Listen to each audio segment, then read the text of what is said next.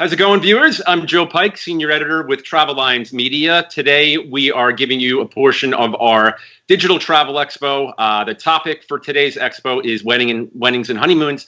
And to talk about that, we have a big official in the tourism industry, Lucien Echavarria. Lucien is the Director of Tourism for the Dominican Republic. She handles the Northeast region for the Dominican Republic. Lucien, it's a pleasure, as usual. Thank you for joining us. My pleasure, Joe. Thank you so much for the invite, and I'm really happy to be here. And now, obviously we're here to talk about weddings and honeymoons, but the DR has been the victim of some sensational media reports that has caused an unjust panic amongst some travelers who might not be in the know, who might be getting their knowledge from online sources and consumer outlets as opposed to the travel professional. What can you tell both the agents and the consumers who are watching this about safety in the Dominican Republic, and what should agents continue to do to keep debunking these awful, exaggerated rumors? Well, I'm really happy that you're touching this situation, because at the very end, Joe, we have been so lucky to have such a great support from the community of travel agents, travel advisors. We are very happy about that. And I'm going to tell you why, because most of the agents, they know the destination, they have experienced the destination, they have been there. Actually, Dominican Republic is the #1 Caribbean destination right now here within the United States. Having said that, tourism is the main income for our economy as well. So you mentioned at the beginning that we were really attacked, and those attacks were literally done without they sensationalize everything. And at the very end, what we say, first of all, we are really sorry for the passing of those people. Everybody that was in that situation died because of a reason that this was because of their health. It was nothing to do with the minibar or whatever they were saying about it. Even though we know that and everybody has an autopsy, we already went with some toxicology report for some of them because the things were not clear. So basically, Dominican Republic is a very safe destination, and it is nothing happening with the safety of the travelers to going there. And as a matter of fact, also we have had the support of many agents that throughout the whole situation, they already went there. They were putting everything in social media, and showing everybody that everything is the same or better than before. So as of now, we are recovering back again. People are booking back again. We're really happy about it. We are doing a lot, of course. There are some new measures that we have taken. For example, there is a center that has been created for emergency. So the client is completely bilingual. That is happening now in the Punta Cana area.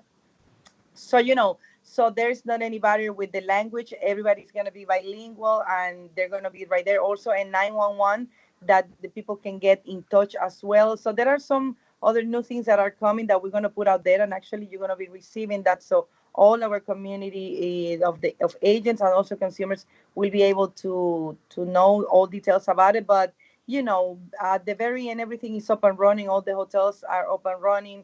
There's no safety issues in the Dominican Republic whatsoever.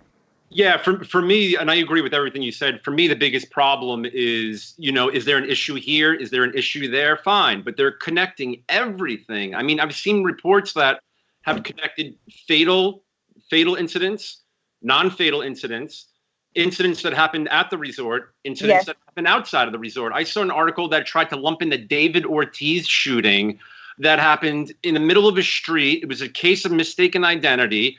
The Boston Red Sox superstar, for those viewers who aren't familiar. That has nothing to do with tourism. Absolutely. And it's crazy. And it just so happened to be David Ortiz, which is why it made the news. But we started to lump in every crime that didn't involve tourists in a tourist-related story. We could do that anywhere in the world. I'm going to be in the Dominican Republic for Halloween, actually. And I am going to try best for you and your country to try to drink out of as many mini bars as I possibly can, just for you, just the alcoholic beverages. Now, in my I saw your reporting, post in Facebook.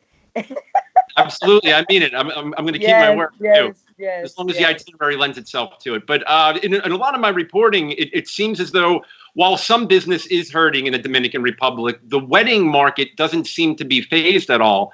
I spoke to two agents that just booked, even after all the news, two Yes. mega weddings at the Hard Rock Punta Cana, one for 70 people, one for 100. So that's always been the market, wherever you go globally, that's always been kind of bulletproof when it comes. Forgive me for the awful pun. That's always been kind of, exempt from any kind of, From people not any traveling. kind. When we had, for example, the economic situation that everybody was, first thing you caught is traveling, but destination weddings, and they don't stop. I mean, they're always happening. We're gonna get married, and even though whatever happens, I'm gonna get married.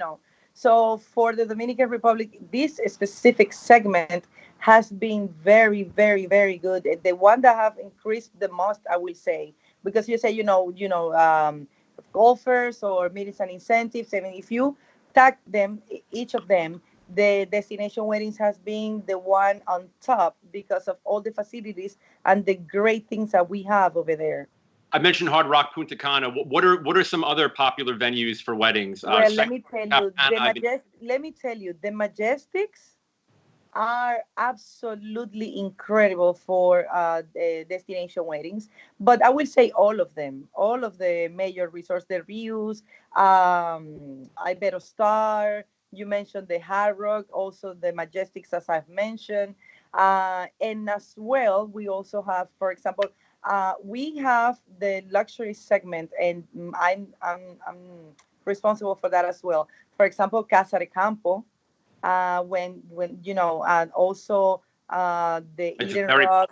popular. Yes, Eden Rock, Casa. I mentioned Casa de Campo, Tortuga Bay. Secrets, Secrets and the AM resorts are also very, very popular for destination weddings as well. What about actual destinations within the DR? Obviously, Punta Cana is probably the most popular for weddings and honeymoons, but are you starting to see more people venture out to Samaná, to Puerto Plata, to Santo Domingo?